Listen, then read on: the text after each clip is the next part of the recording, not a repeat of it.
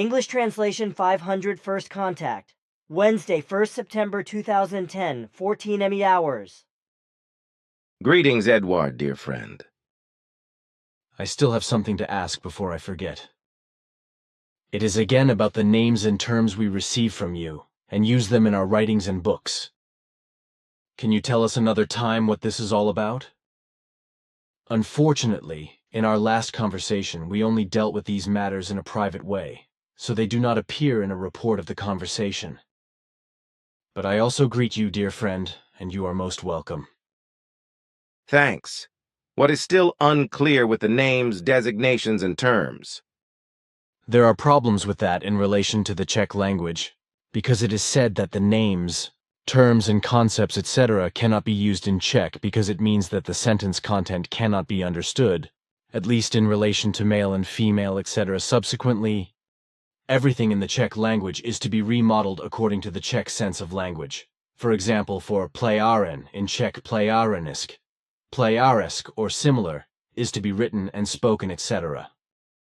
This cannot and must not be, because our language, from which the Aryan and the German language also originated, is shaped in such a way that names, designations, and terms are given in such a way that they must be written and pronounced in all languages that exist throughout the universe in the same way as they are given in writing and orally by our language. Just as they are given with us, so they are to be used in the German language, as you have also been doing since the beginning of our contacts. In the same way, they must also be used in all other languages in written and oral form.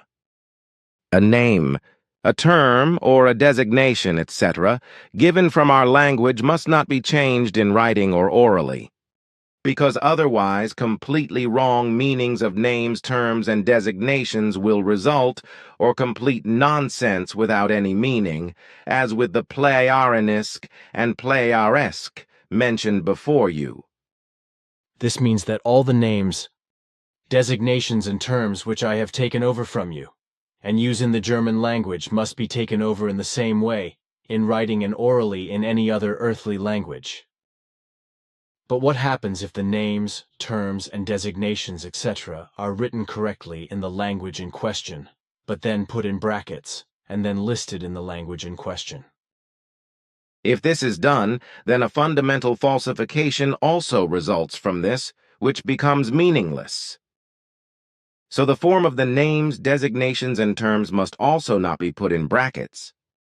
All names, terms, and designations which originate from our language, and which are also uniform and therefore identical in the German and Swiss German written and oral languages, cannot be translated into other languages, because the real value of the name, term, and designation is falsified or is completely lost in nonsensical pronouncements. Then this is also mentioned once. Then I have another question regarding the Czech translation of Guido's book, And Yet They Fly. You once mentioned that the translation was a very bad one. So the question now is whether the Czech study group should use this bad translation for articles and educational work, etc. Or would it not be better if they used our completely revised new work for this purpose? As I told you some time ago, our language experts explained that the translation was very bad and not appropriate for the mission. According to this, the Czech translation should not be used for missionary work, and not in any wise. It is appropriate to use only the new and revised work for further translations and excerpts, etc. I have read through this and have also given instructions for it.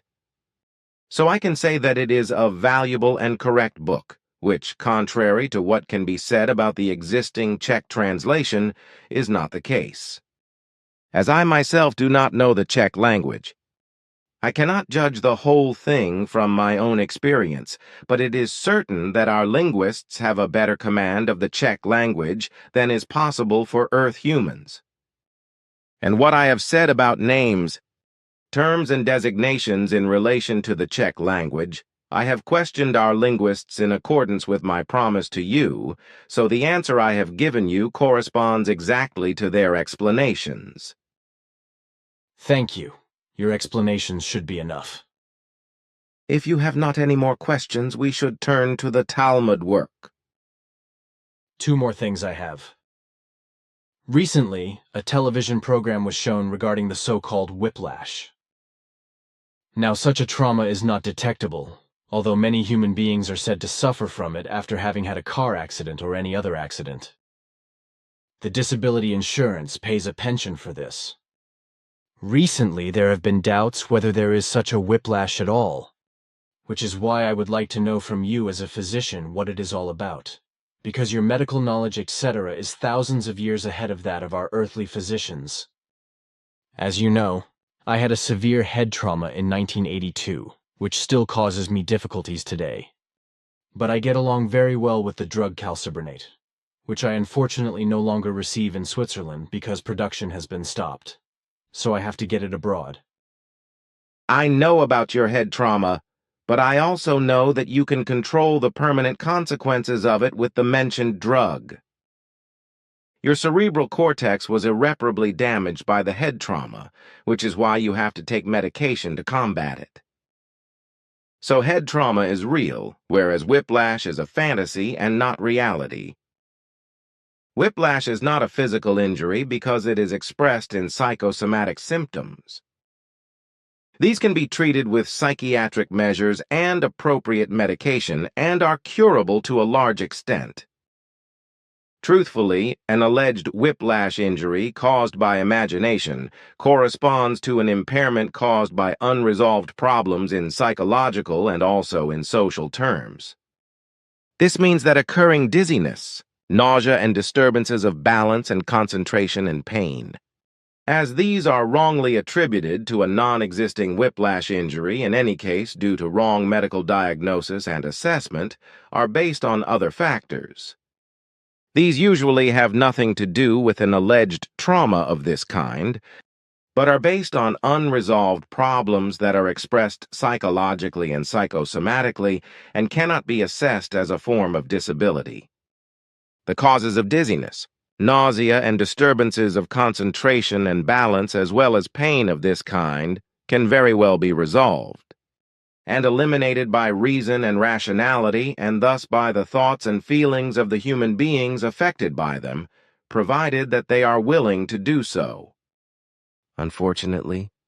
However, it is the case with Earth humans, as we have clearly and unambiguously established, that as a rule there is not the will or interest of the psychosomatically afflicted to free themselves and through their own efforts from their imaginations, because they gain financial profit through their alleged suffering through health insurance companies and disability insurance companies, etc. What we have also fathomed is the fact that a large number of Earth humans fraudulently pretend to be suffering in relation to the non-existent whiplash, although they have no complaints whatsoever. And they do this in order to gain financial advantages and not to have to go to a daily work. Mentioned ailments such as concentration and balance problems, dizziness and nausea can be of many different kinds, but never of an alleged whiplash injury, which from a medical point of view actually does not exist. That is why it is also incomprehensible why the earthly physicians cite such nonsense as the alleged whiplash for dizziness, nausea, and disturbances of balance and concentration. Such ailments find their causes in other things. For example, very often in the inner and middle ear, because there is a poor blood circulation, which is why blood-thinning medications usually provide relief. Behavior therapeutically oriented psychotherapy is also useful for those patients who not only fraudulently pretend to be suffering, but are actually suffering. Important is also the personal health, correct and not self-pitying attitude towards suffering, and the will not to let oneself be influenced by suffering when it actually exists. Through one's own thoughts and feelings, such suffering can at least be greatly alleviated or even eliminated. Whiplash injury is therefore a fantasy product respectively and imagination. But on the other hand, it is also a means to collect a disability pension for something that truly does not exist and also cannot be proven, because psychosomatic symptoms are unprovable. So the malingers and the stupid advocates of whiplash injury will be pleased when I publish your statement on the internet. But now another question. It was asked, why was not it discovered earlier, that Isa Rashid had used old, traditional Christian terms in the translation of the scrolls, whereby things were not represented correctly. Also, it did indeed result that he also omitted important things because these did not fit into his lay priest concept. From my side, I did not know all this at that time, when I prepared the Talmud Emmanuel for publication, and I also had no information from your or Arahat Athersada's side. That is correct. Of course, we already knew from the outset about the fallibility with regard to the translations and about certain important omissions. Unfortunately, despite his aversion to the erroneous Christian teachings, he was imprisoned in his faith resulting from it. For this was deeply rooted within him, as it is with all religious believers, so he could not completely detach himself from it, as it is usually the case with all believers in religion. Consequently, he could not free himself from it completely, as this is the rule for all religious believers. But concerning his translation errors and omission errors, it is to be said that we deliberately let the whole thing run in the already executed manner because there would have been too much turmoil at that time, and your life would have been endangered even more than it has been. If you had published the entire actual translation of the scroll, through a probability forecast, we fathomed that you would not have withstood everything but rather would have lost your life if you had spread the whole extent of the scroll at that time. Thus, we said nothing about this and waited until the aggressiveness had smoothed itself, which has now been the case for quite some time. It really was enough already that in the course of the years after the publication of the Talmud Emmanuel, assassination attempts were perpetrated against you, and that you always only very barely escaped all 22 attacks. But now, since the first malicious waves have smoothed themselves, which were raised in certain circles because of the distribution of the book, the time has become ripe to work on the correct translation and to disseminate it. Of course, this will also cause unpleasant reactions in certain religious circles and among believers enslaved to faith in God as well as among all your adversaries. But according to our assessment, this can no longer become a great danger for you. Of that which you speak with regard to your possibility forecast, of this, you have never said anything to me. Indeed, I knew that Isa Rashid was not able to free himself completely from his faith in God and Jesus, as I have also found out that old, traditional Christian terms were used in the translation of Isa Rashid, but I did not know why you did not say anything about this. Due to the silence of you all, I assumed that everything indeed had its correctness, and that everything corresponded to the contents of the scroll. That we did not speak with you about this. Our further reason for this lies in the fact that you would not have been in agreement with the publication of the defectiveness of the translation. Consequently, you would have insisted on writing and publishing the whole thing very exactly and correctly. But this, as I already said, you would not have survived, as our probability forecast had yielded. You would have been treacherously murdered through one of the assassination attempts, of which there would have been even more. Noting this in the newly revised and edited Talmud Emmanuel would certainly be appropriate and useful. You may indeed be right about that, for I probably would have actually rebelled.